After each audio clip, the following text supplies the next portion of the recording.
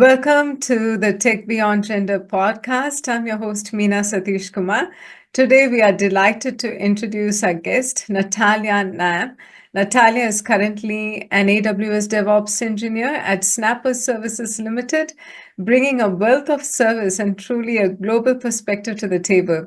Before transitioning into the tech industry in New Zealand, a few years ago, Natalia spent over a decade as a freelance photographer in Amsterdam. Her journey is uniquely inspiring as she navigates through different cultures and industry. Natalia was born as a third generation Korean in Russia and now calls New Zealand home. We are excited to hear her story and insights on today's episode. Thanks, Natalia, for joining us. Thank you so much, Mina. It's a truly privilege to be on your podcast and share my story. Yeah. Thank you. So, Natalia, you have such a fascinating and diverse background from being a third generation Korean born in Russia, spending over a decade as a freelance photographer in Amsterdam, and now working as an AWS DevOps engineer in New Zealand. Can you tell us more about your life journey? What inspired you to transition from photography to tech, and how you eventually landed in New Zealand? I want to know all about it. Thank you, Mina. I was born to be perfectly kind of like exact. I was born in Soviet Union, I would say. Grew up in Uzbekistan. Oh, cool. So I grew up in Uzbekistan, and then my family moved to Russia. So my native language is Russian, but my childhood and adolescence I spent in Uzbekistan, which is like part of Central Asia.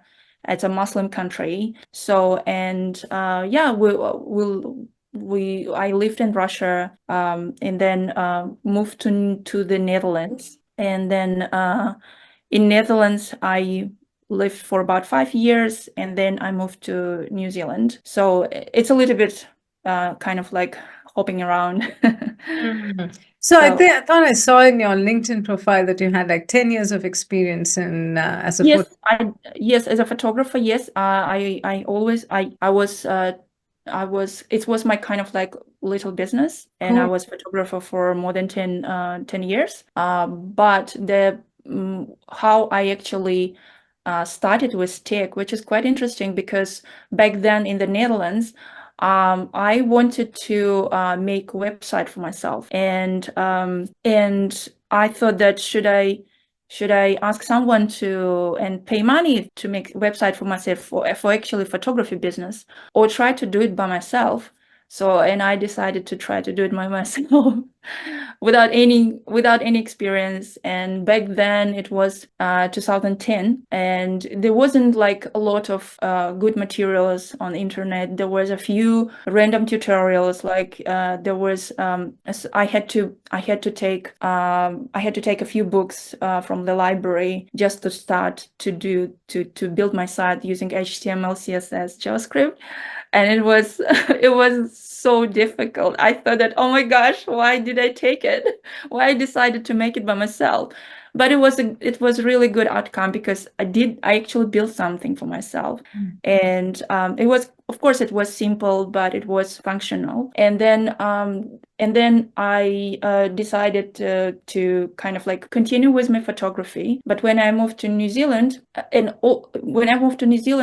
all these years before I joined tech, I was thinking it was kind of like always thoughts at the back of my head that it's such a opportunity to explore technology in a more kind of like deeper than just building myself site like around like 13 or 14 years ago, because I thought that it's a great opportunity also just to build something, to be in the technology, in the middle, in the heart of this kind of like transformation, how the world transform. And I think that one of the reason as well for me to come to technology, it was I'm immigrant in the new country, and English language is my second language. And when I don't know, probably a lot of immigrants, but I'm just talking about myself, when you come to the new country, you kind of like press reset button and you're losing your status. Whatever you had from your previous country, it's probably is not worth it here or any other countries. So, and I just thought that what I need, how I was thinking how I can get back. So it's through education and experience probably. So that's why I decided to go back to university, Victoria University, and to get my Master of Software Development. Yeah. Masters in web development. Software development. Software development. Wow. Yeah, it was 1 year program. It was a great program. It was quite challenging one though, but I'm very happy that I was able to finish it. I was able to graduate. And at the time when I started my program, my son was only 8 months old. Yeah, and I honestly I thought that I won't make it because he started daycare and he was getting sick all the time. Yeah, it was challenging, but I think it was one of the best and hardest decision for myself. So yeah, I don't think I would do it like later in my life. So I graduated in my 40, and from that on, I'm in technology industry. So. Wow. Wow. So when you decided to do your master's, were there any prerequisites that they looked for which you had? So did your web development experience count for that? I would say no, but they were looking people who are more serious than just like I don't know, who has not it wasn't prerequisite experience. The most important you had to show and express your willingness to go there, to go and learn. And the most important part about this program, and it's a unique program, to be honest, that they were taking people with non-technical background. So you don't need to know programming language or anything before that. But if you can, like, I of course I told them that I built my first website like I don't know, 12 or 10 years, 11 years ago. And I have kind of like understanding what is it about, all the software development, at least this domain. But it wasn't like kind of like the strong prerequisite, oh, you need to know how to do that or how to do that, or at least know like about the software engineering or software development or any part of technology. So yeah. Wow. So I'm surprised, like, because I have done a couple of masters myself, and with every masters, they always have said like need to have some sort of prerequisites. Now, how was it to do a master's qualification? Like, did they actually start off with basic programming, or did they expect you to know and understand some basic programming before you started the program? No, it's they actually started with like basics, yeah. And before the program, I decided just for myself to uh, to get to know like software development as a whole, like kind of like what parts should be involved just to make the applications up and running. Just for myself, I did some kind of like learning before this master, but it's not like requirement. They teach you everything actually at the program during the program. And the program itself, it's quite intense in terms of like it consists so many modules, and it's kind of like touch pretty much not a lot. Like for example, cloud computing was only 1 week. We had also we had a little bit security, a little bit of testing, like software development lifecycle, human-computer interaction. So all this part, networking. So you kind of like touch all these areas a little bit, not too deep. But most of the study was kind of like focused around programming language, around object-oriented program because we're studying Java. So and I think Java is the best language in terms of like understanding what is OOP just in general. So yeah, probably I would say Java is not my my favorite language, but I think just to learn with Java, it was quite good, but it was intense. Yes, a lot of people gave up, I think, at first term. So just because it wasn't it wasn't for it wasn't for everyone, I would say. And also, yeah, and because the program itself was quite intense. Yeah. Wow. Going back to studying closer to 40, was it a challenge? Like you did mention being a mom as well on top of it.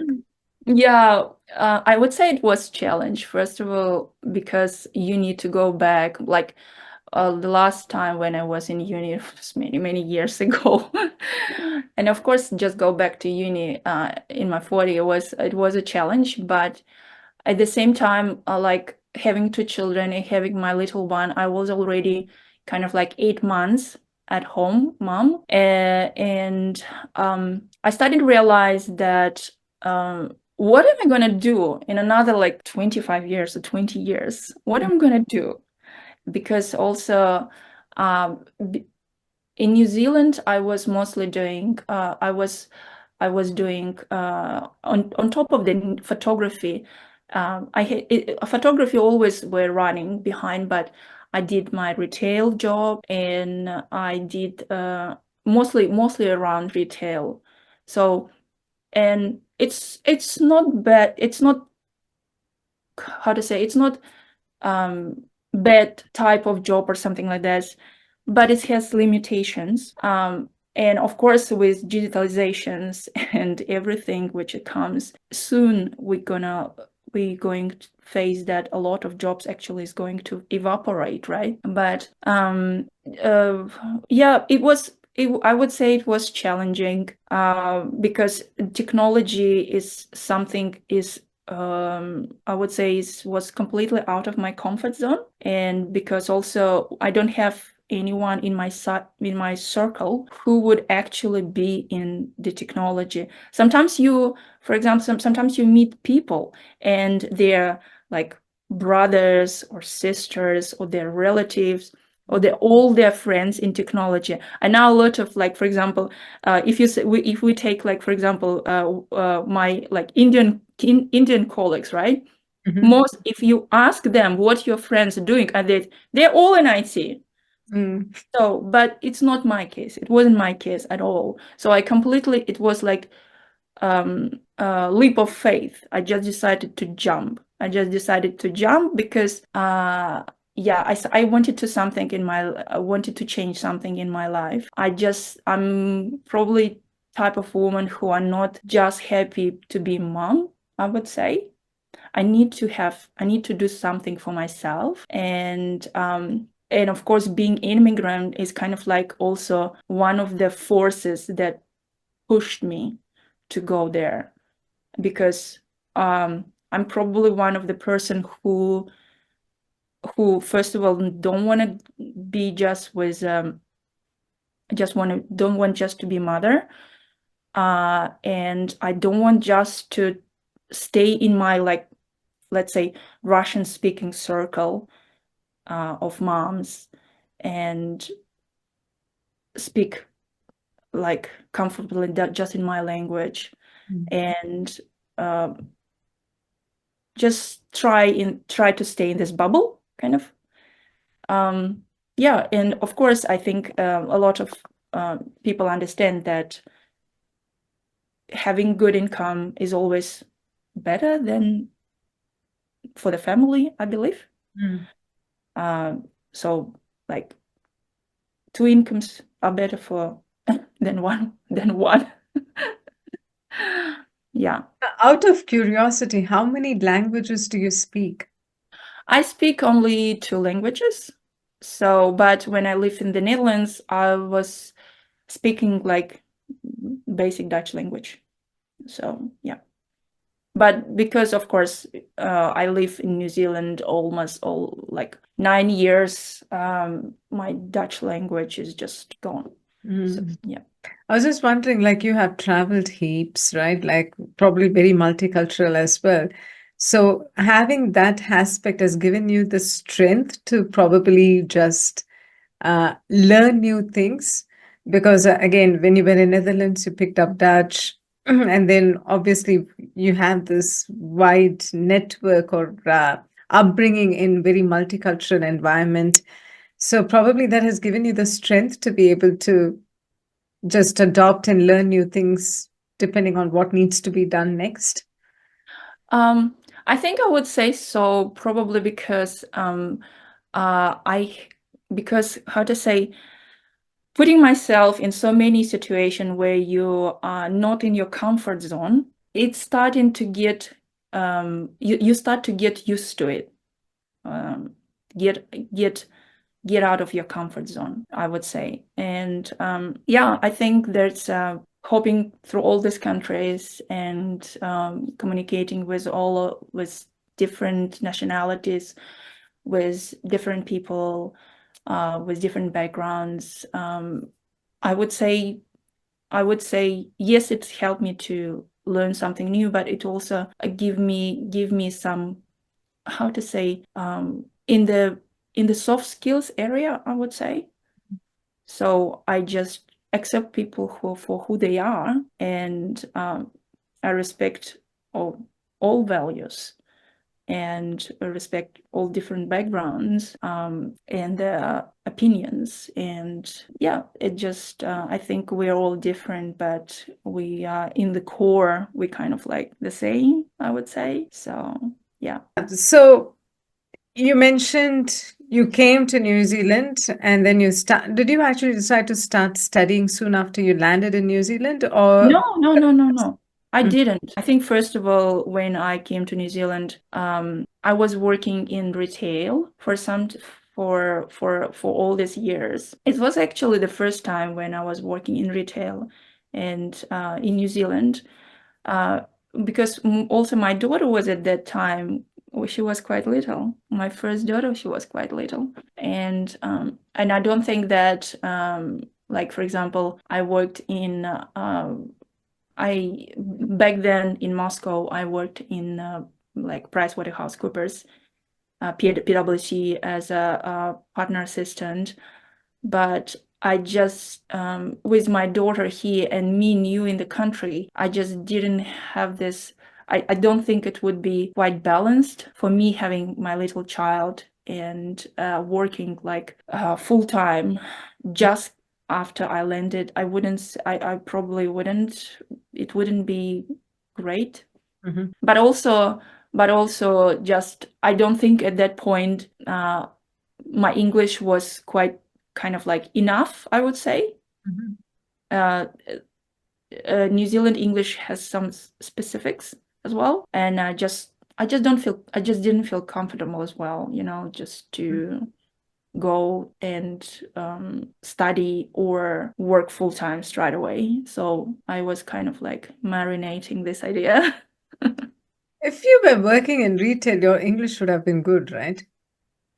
I mean, yeah, you need to communicate with people on a daily basis. Try to perceive them to to buy stuff.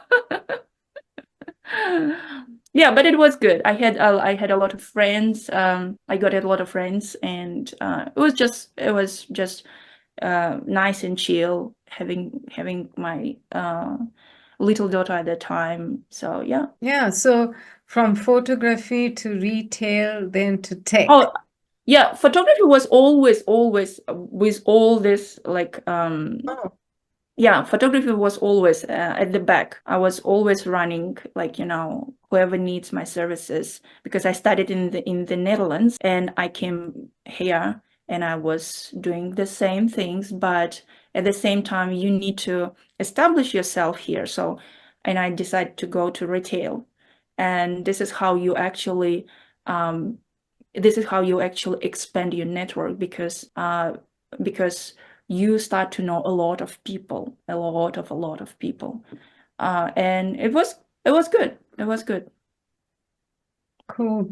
So, what was your experience like transitioning from retail to technology with your first job? So, how did you get into your first job in technology? My first job was actually Minister of Education, and it was my internship from university, because internship was a part of the program. And it was my first job. It was 3 months with great people. I loved Ministry of Education, and I worked there as a software developer. I was doing 3 projects, and yeah, it was really nice. It was really nice. I liked it. It was my actually first time kind of like experience in the public sector. So yeah, yeah, the team was great. My manager was great, and I learned a lot from him and from the team. So yeah, but yeah, unfortunately, what I was trying to achieve, I was trying to get into actually cloud, and that's what they couldn't like provide me. So what were the first programming languages that you used in your projects in your internship in Ministry of Education? it was JavaScript. It was a little bit of PowerShell. Even though I didn't learn PowerShell during my study. But as an when you start to get used to, we have in the university week where we had to learn, like I think it was 4 languages, and this week calls 1 language per day. So during the week, you learn about 4 languages, and Wow. at the end of the week, you need to do assignments using 2 languages. So they kind of try to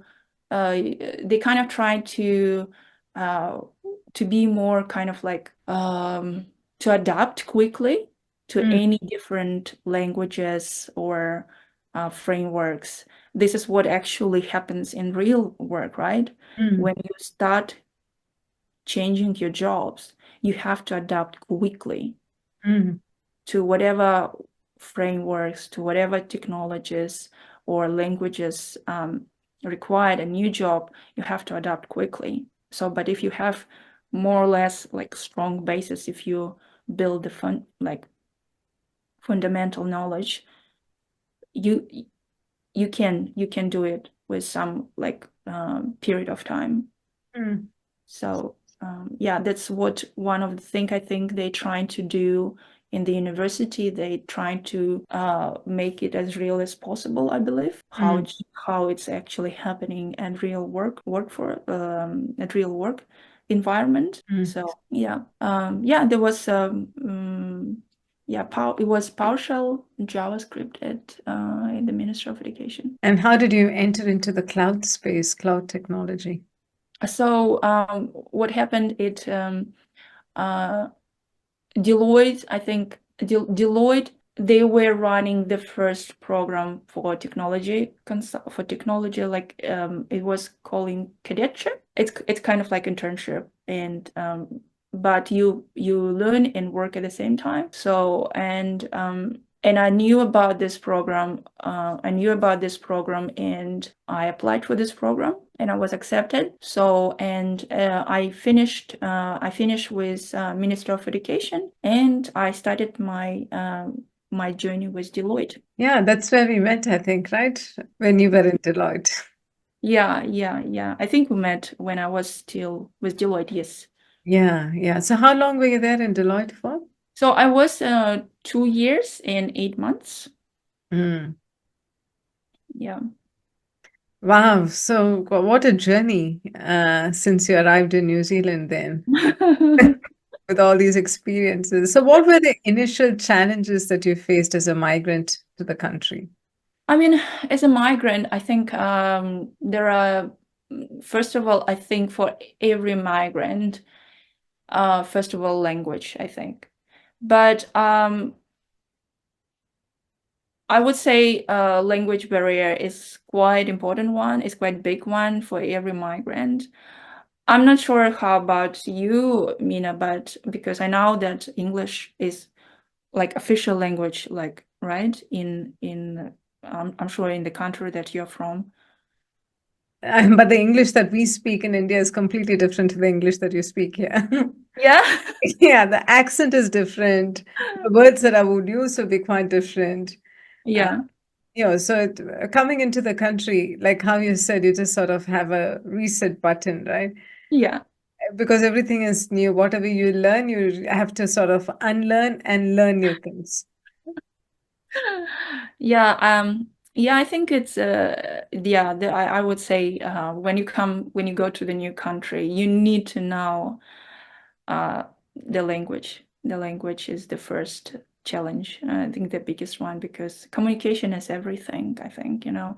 Yes, you can learn programming languages, you can learn frameworks, you can work this technology, but if you can't communicate with people on a daily basis, if you can't express your thoughts, ideas, or anything which is in your head, or you don't understand what people trying to impose, that's it's a there is nothing, there is no magic is happening. So, and I think it's the first one. The second one is probably my support system. We're here by ourselves. I think it's for a lot of immigrants, it's the same kind of like situation. You don't have your family around, uh, and you can only rely on your partner. And there is no parents, no grandparents, no uncles, aunties, like, so this is just my family here. It's me, my husband, and our two children. Of course, we have circle of friends, right? But I always say friends are friends and family is family. Um, yeah, that's my point of view. I think that maybe someone will not kind of like won't support this point of view, but for me, yeah, it's just me and my husband. So when I was in the university, it was so many days when four of us are sick. We're sick because our little one brought back home, and we got sick, all of us four, and all of us like kind of like sick, and we don't have a lot of support, and you're just trying to deal with this with your with your own sickness, with your children's sickness at the same time. Yeah, I think that's kind of like similar for all immigrants. And of course, finding job is super challenging for immigrants, because you don't have network, and you know network is everything. You don't have network, you don't have local experience. In most cases, you don't have local degree. So people who have really good degrees, maybe in their own countries, when they come here, their degree is not that valuable here. So what it means, they have to upskill to the local standards. And sometimes it's just not achievable, because you have to deal with a lot of things on your plate, right? So I think this, yeah, each immigrant is facing. Wow. So, do you think that taking the step to go to university, getting that qualification has sort of removed some of those challenges that you faced as a migrant? Definitely, yes, yes. Of course, we still like we are here by ourselves. This challenge, nothing happened. Like, it's still here. We are missing our families. They miss us when we have. But the thing is that the things get things get better. For example, children get sick less because they're a little bit older. Or maybe you have your employer who is supporting you as a parent, for example, and they understand that people like children get sick, and as a parent you need to look after it, after your child. So yeah, it's changing, it's getting better, but definitely after chasing my degree, this is, yeah, it was a turning point in my life. It was the hardest decision in my life, but it was the best decision so far. Yeah. Excellent. So, how has your experience as a migrant woman shaped your career in tech industry? There was like I don't know. New Zealand is pretty. I don't know how it's in other countries, to be honest, because New Zealand is only my country where I actually started to work in technology. And I think in this regards, kind of like New Zealand is, I would say, pretty unique, I would say. And I think that just in general, industry understands that like it's good to have women in technology. It's good to have it. And it's beneficial for businesses as well. And it's just beneficial for the whole society as well. A lot of initiatives happening. I know a lot of like organization and like non-profits, like who just individuals like you, for example, who's trying to make it work, who's trying to make it a better place for women, right? And I believe it's like it's something which is not going to happen like in one day. It's a very gradual process. And most of the people that I met in my journey, they were quite supportive. And they were quite supportive. There are a couple of maybe people who I just can't say they were supportive, but it's the way how they are. But majority of people, and I'm very like grateful for all like managers and leads whom I was working with. They were quite supportive, and I think I wouldn't be here without support all these people, starting from my mentor and all the way to my leads, to my lead at Snapper. Like, yeah, it's it's, of course, there I think there will be people here and there who's trying to who are trying to get what they need, what they want to get from you, like without giving back, I would say. Yeah. So but yeah, I think in general, a New Zealand landscape probably is not that bad. And New Zealand is they're trying to focus on this work-life balance, I think. And it's changing the whole landscape, I believe, in this like regards. So yeah, I don't know if maybe it's very kind of like the way how I'm trying to explain things. It's maybe not very straight to the point. So yeah. Yeah, no, I think I understand what you mean. Most often, the most interactions are really pleasant. And most people you encounter are really nice and comfortable to work with, right? Yeah. It'll just be few people here and there you sort of meet with whom you don't really have that sort of pleasant experience.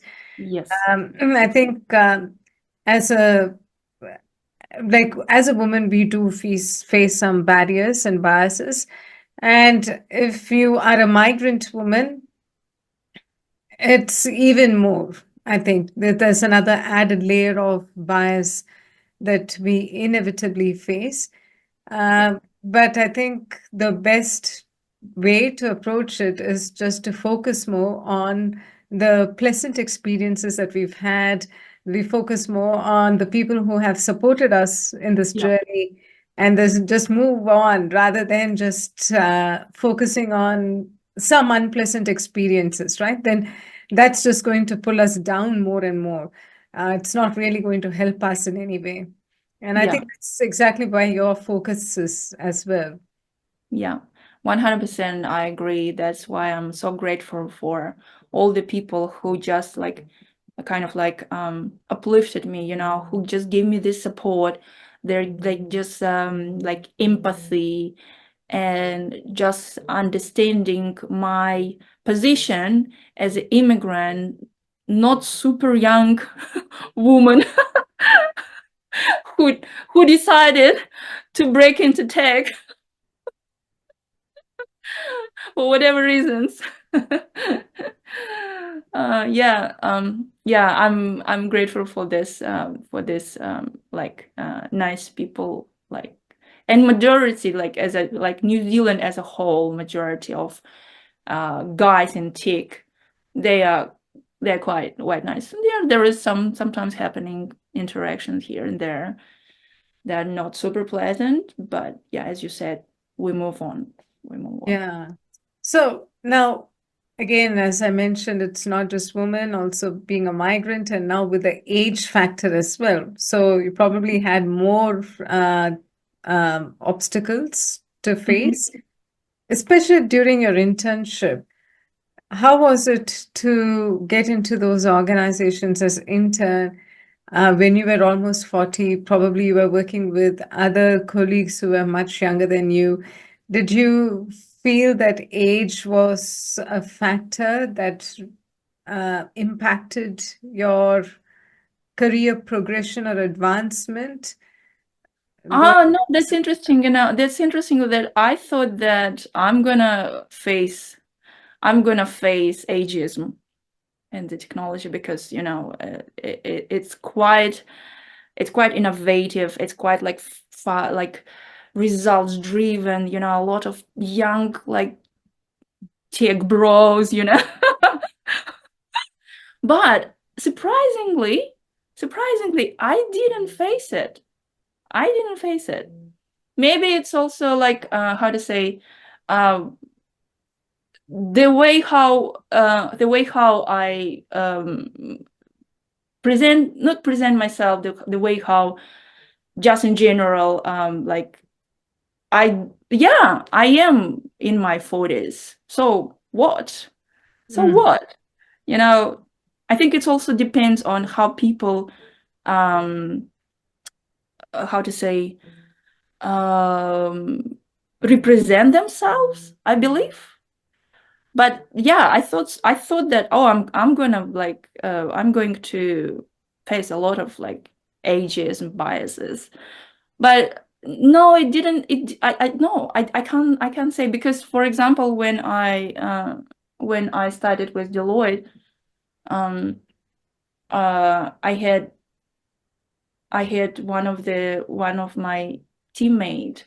I think she started. She was at that point like 44 or 45, and she was in this group. mm, So they tried to pick all people like from different backgrounds and different age. um and I think personally that people who are a bit older, they don't come from nothing. They come actually from experience, which is like young people can lack, like they have this lack, they they might not have enough developed like social skills, soft skills, but this is what people in our age can bring to technology, and also different perspective. And this makes technology more diverse, with different point of view, different perspectives. Yeah. Yeah, that's awesome. So, what did you face any barriers or biases in workplaces, and how did you navigate them?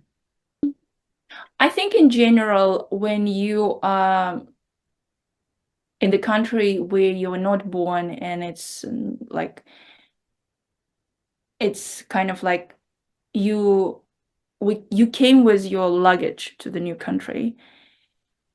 And I think it just in general, people have some sorts of like preconceived notions about who you are. And of course, they kind of like, if we, for example, take one person who is local and one person who is immigrant, there is a possibility that the person who is local will be chosen, right? Because of many factors. And there is such a thing is happening, of course. And but I think that a lot of organizations, they understand that that it's good just for society in general to give chances, not based on just, okay, this is it a local person, or just because because this person is local, it doesn't mean that this person who has this person should have more chances, more opportunities. We should give other people with different background some opportunities. I think that's what I was experiencing, like with pretty much all companies. I do believe that, because like I consider myself in trenches. I'm just cloud engineer. Whatever's happening is on the on this level. Yes, we always have a lot of diversity, inclusion, and all the things. I'm not sure what's happening when you go up, Mm, but I know that a lot of initiatives happening at this like entry level like organizations.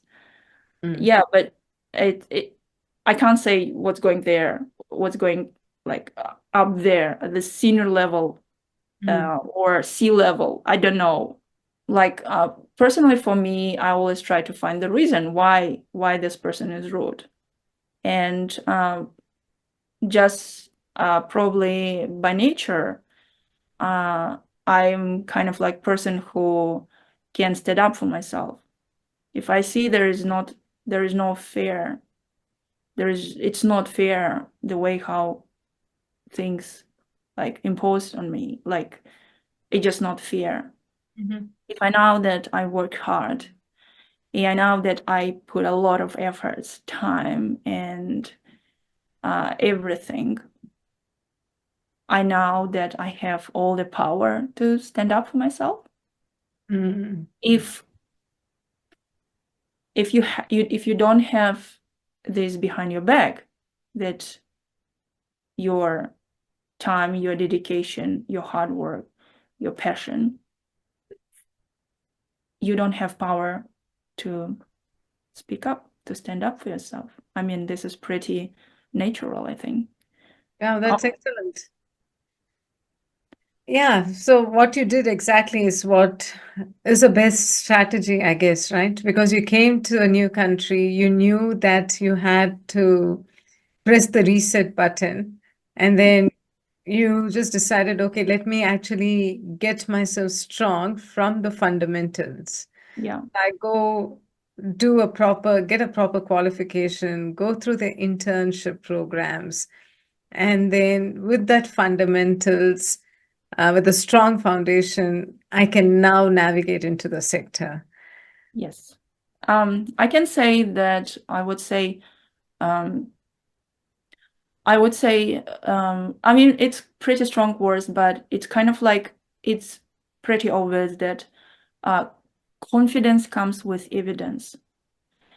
And if you know that you always learning, you always maybe one step ahead, right? One step ahead.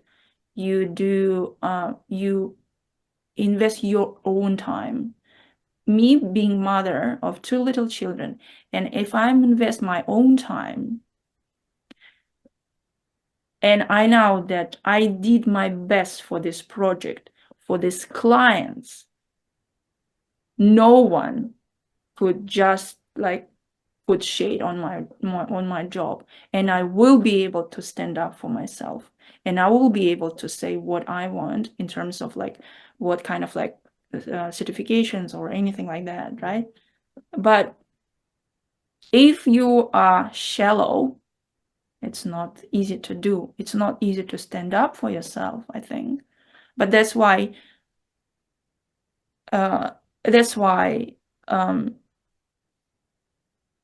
so the metrics is very simple, I think. If you know your input, the output is pretty clear, and you can communicate that. So yeah. Excellent. Do you think as women and as migrant women, we normally have to put in more effort, work more harder than our peers?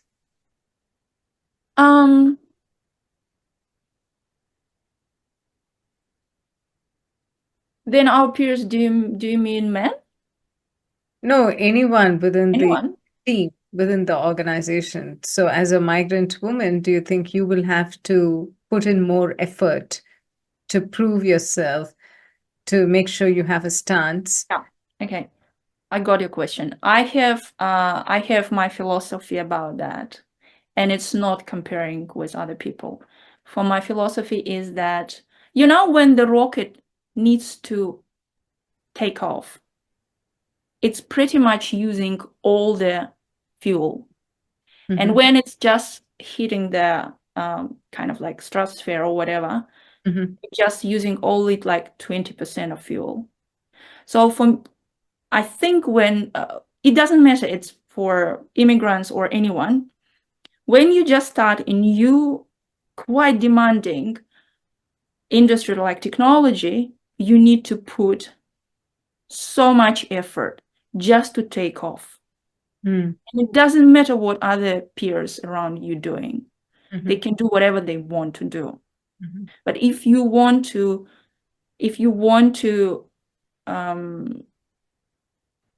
get the most out of your time in this industry and experience the most, so you have to put a lot of work. And you don't compare with other peers. It doesn't matter what they do, what other people do. You just focus on yourself and how you can take off. So yeah, the first 2-3 years, heads down and do your job. That's my personal approach to that. And it doesn't matter who is immigrant or local or anyone. Yeah.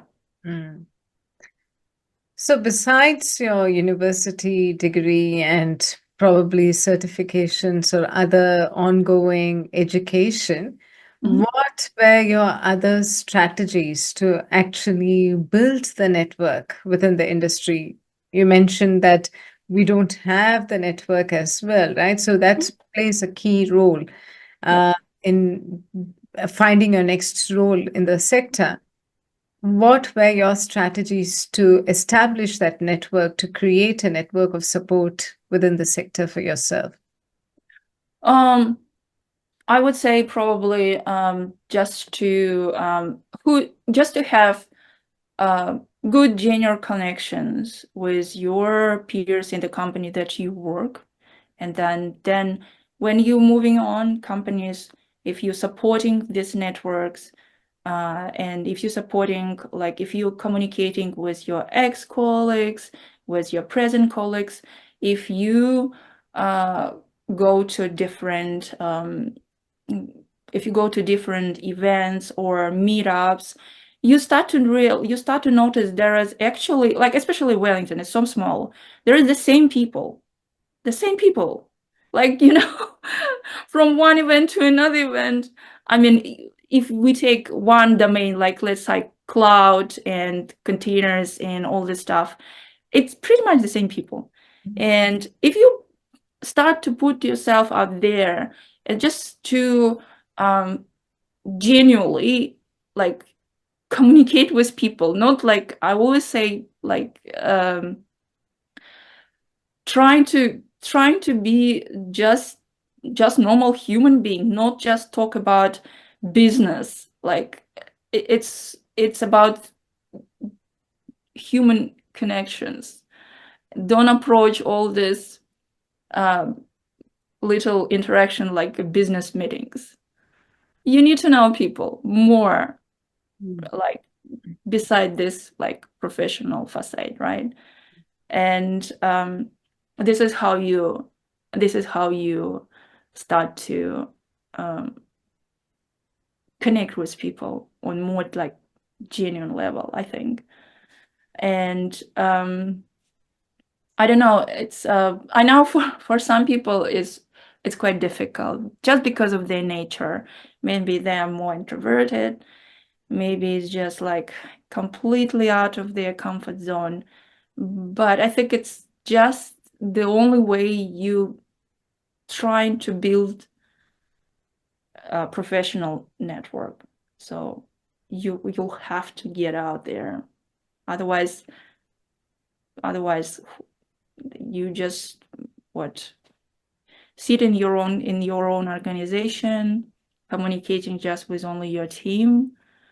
But there are so many opportunities. There are so many interesting, inspiring people like you, Mina. I met you at the Cloud Native Summit. Cloud Native Summit. And yeah, and like it was just lovely, genuine connection, and it just now, yeah, I'm here talking to you about my life, and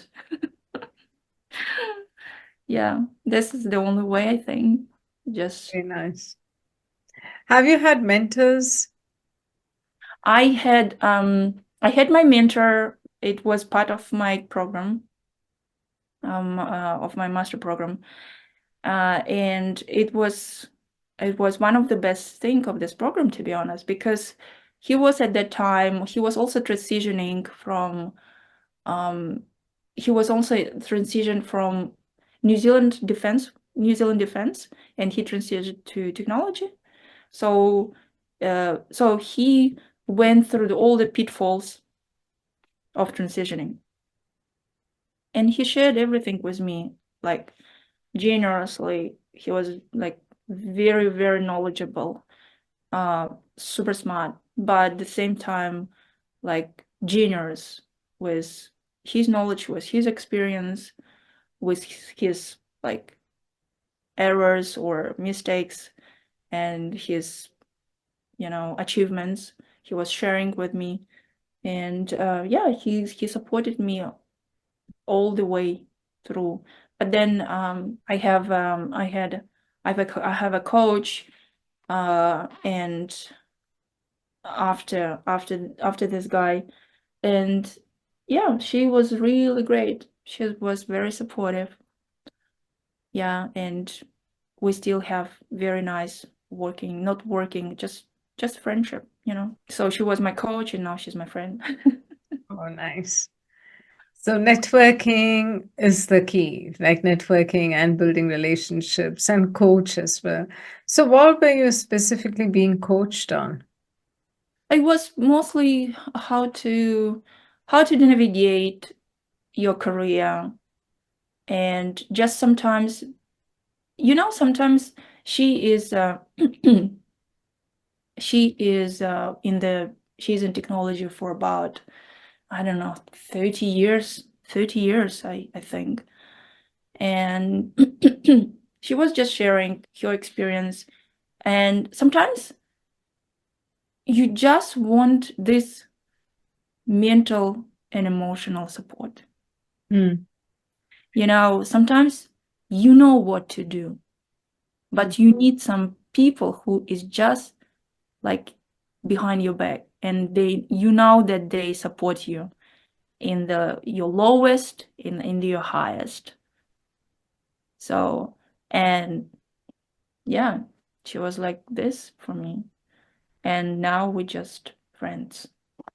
So, and yeah, I think it's super important to have these people in this area, because it's important when you go to the jungle, and if you would like to get out of the jungle, on the other side of the jungle, you won't be able to do it by yourself. A lot of tigers and lions, they can eat you. And there will be people who can actually take your hand and just all guide you all the way through the jungle, on the side of the jungle, and you will get stronger through this journey with these people, because they know they went through this jungle. So I think I think it's one of the best way to try to navigate through this jungle. Wow. Nice. I really like the analogy there. So, what will be your advice to migrant women who could be aspiring to enter into the tech sector in New Zealand? My advice will be, just don't afraid anything. Just jump. Just jump. And be prepared to work hard, really hard. But if you can make it, you can make it.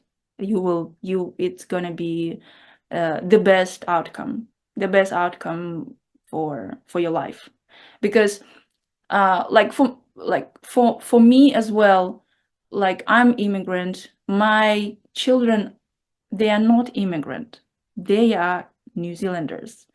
And I would like them to look at me as a mother who actually made it, who is smart, who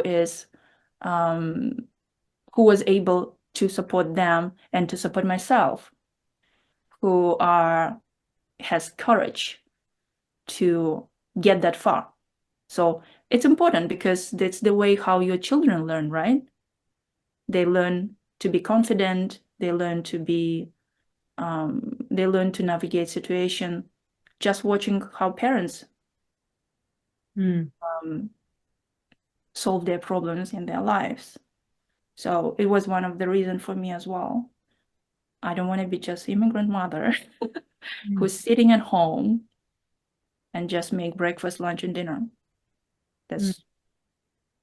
I didn't want that life. Yeah, I think I will say, like, for all women, just also, I think it's important that if you can find someone and who already made it, who already like 2 steps ahead, reach out, seek advice, and just, yeah, there are a lot of, just because of women are more empathetical, we can help each other, right? So rather than just sitting and thinking, oh, should I go or should I not? Yeah, go, jump. How do you think organizations and industries can better support professional growth for migrant women in tech sector? I think probably kind of like some initiatives around migrant women in tech, but a lot of, like, for example, meetups, like in my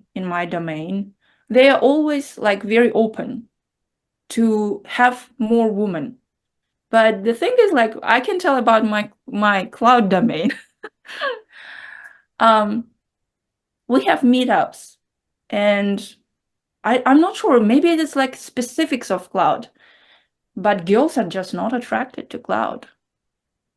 They come to the meetups, and the next time you don't see. And I'm just trying to understand why it's happening. Why is it like specifics? Because, for example, if we take web design or web development or design, I know it's more girls there, but not, for example, in cloud or DevOps or SRE. There are not many women there. I don't know. This is my personal, like, because I have this question, how to attract more girls to these areas. A lot of girls, they go to the business analyst, or as I say, like web development, design, not many. Yeah, so with the research that I've done as well, and with what I've been looking at, especially when it comes to infrastructure, that is cloud infrastructure or security or network, you see far less women, Yeah. right? Yeah. Because you don't really see, you don't really have role models. You don't really see many women in specialized senior technical roles to get really inspired and go up further. So Yeah. that is one contribution. So that's one factor. Another factor is when you don't see people like yourself as well in a specific domain, Yeah. the work culture, the ethics, everything will reflect one specific gender characteristics. Yeah. And which means that a lot of us, if we are working in that particular domain, you have to sort of flex your muscles, or become a little bit more attuned to a different way of behavior. Yeah. Compared to how you would normally behave. And that could be a bit confronting for some women as well. Do you think so? Yeah, this is exactly what I've been doing some research on as well. Some spaces, like there were instances of research where it was proven that in a team or in a domain where it's completely male dominated, women are expected to display some male-like characteristics, and which will mean being very assertive as well. But at the same time, being assertive can also be seen from a different angle when it's displayed by women compared to a man. It can be seen as being very aggressive when it comes from a woman, whereas it could be seen as being displaying leadership qualities when it comes from a man. So, and this can lead to double standards as well in the sector. And it's not necessarily just in tech, but it could be anywhere for that matter. Yeah. So this is also another factor which sort of where women by instinct sort of really move towards becoming a platform manager or a platform owner or a delivery manager, rather than progress up in senior technical roles, because they don't see many women like themselves. Yeah, I think it definitely adds to that. Probably just in general, like not just in tech, as you said, in pretty much every industry. Do you think it's changing, or still like in infancy? From the work that I've been doing, I think we don't really address the real issues much. We don't really talk about certain issues. And certain behaviors are still seen in schools as well. Last year, towards the end of last year, I was talking to a fairly recent graduate about her experience. So she's an engineer. She works on developing parts for equipments, home appliances. Yeah. And when I was talking to her, she told me that she faces less gender bias at work, even compared to university, where she did the engineering. Because in engineering projects, the guys sort of dominate the actual doing of the engineering work, whereas all the girls are actually encouraged to do the support or admin work around the project. Oh, okay. Okay. And Yeah. yeah, so she's a young woman who just recently graduated. And I was talking to another woman who shared one of her experience from about 10 years ago from her final year of school, Mm-hmm. where they had a test and it was a technology paper. She completed the test. She was the first one in the class to complete. She went and handed over her completed paper to the teacher, and the immediate reaction from the teacher was, "Are you sure you have done it? The boys have not completed it yet."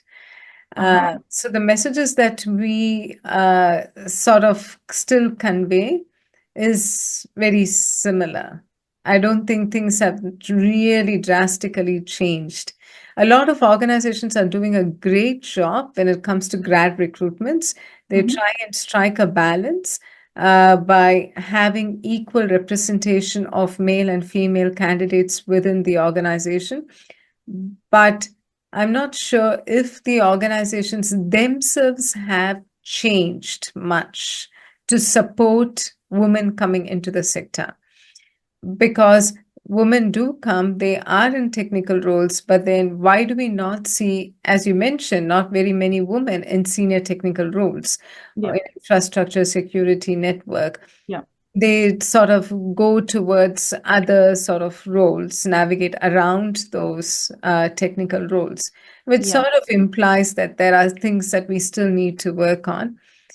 And I feel the only way a change can happen is by having open conversations. Mm-hmm. And not many women are comfortable to have those open conversations. It is always easier to just beat around the bush, to talk about things which are easy, where you feel that you are not going to be judged too much. But if you do have to talk about a little bit more things that could have a strong influence, you need to be a bit more brave. And again, New Zealand being a small country, many women think about, oh, but what if I say something about this? This can negatively influence my career, Mm-hmm. right? So all these factors are at play. So I feel that if there is a change, that change will be really gradual and quite slow, is what I feel. I completely agree with you. It's not going to change overnight, 100%, because that's I mean, technology um, was male-dominated industry from the very beginning. I think it just it's some unknown territory for women, and I think if it needs to be whoever is on the, like, how to say, bottom line when you enter the workforce, I don't think it's the change will start from actually from the bottom. It will always, any change should start from the top. So the way how organizations perceive the idea that women in tech uh, should be just like as natural as it should be. Hmm. And like as you said, yes, these companies hire graduates almost like 50-50. 50% of male and 50% of female. But as you said, it doesn't mean that the change is actually in place. It should something be done like upstairs. Yeah, and I also feel it's more a social transformation too, the way we perceive women as such. So organizations, the community we are living in, Yeah, it's a huge change within probably the current existing social structure doesn't really support it either. yeah, Right? Like some women who are mothers or young mothers might find it quite challenging to probably take up a role in infrastructure space. They don't want to be available or called in midnight if there is a support call. yes, yes. so that can possibly have an influence too, where they might think, okay, I might actually move towards a career, a line which will help me manage my family responsibilities.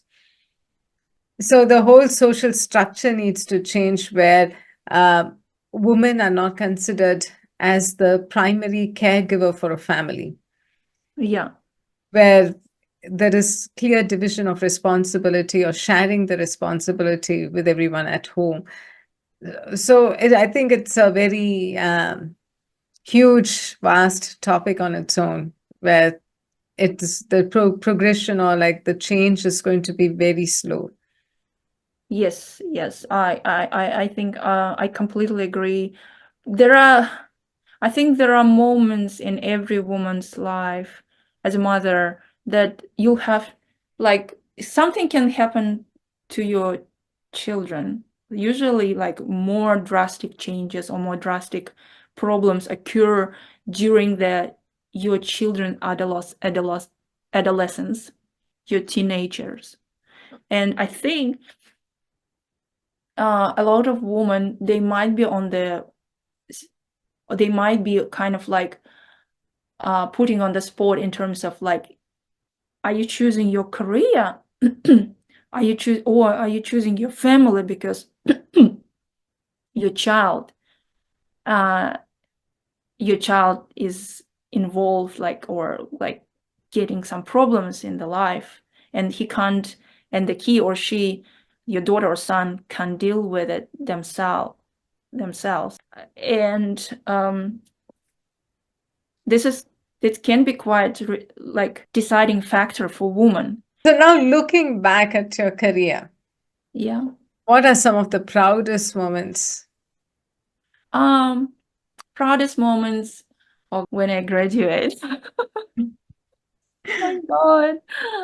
After all this, after all these sicknesses, like so many assignments, every week assignments, trying to balance my study and my family and my kids.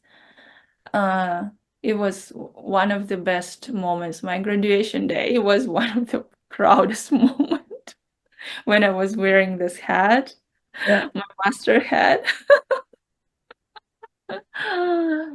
And yeah, I think with every when I got my internship with Ministry of Education, I was super happy. When I got into Deloitte, I was super happy. When I got to Snapper, I was super happy.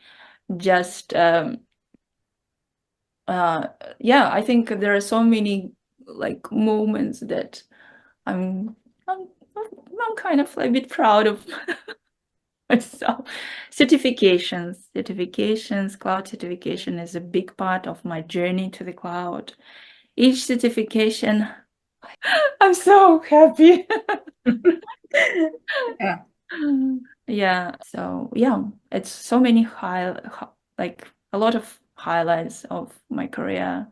Like, yeah, and a lot of lows as well. Otherwise, it wouldn't be interesting, you know. After lows, we need to have highs, and then again lows, and then highs. Exactly. Yeah. You're truly an inspiration, Natalia. Your journey is amazing. Your conviction to make things work and your positive outlook towards things are quite amazing. And I really thank you so much for taking time on the weekend to have this conversation with me. Thank you so much. Thank you so much, Mina. Thank you. It's a pleasure. It's my pleasure to talk to you. Yeah, it was very interesting to know your point of view as well on this very, I would say, still touchy topic. You know, what you do for the community. I think it's great. It's great. You are such a role model, you know. Yeah. Yeah. Thank you for inviting me.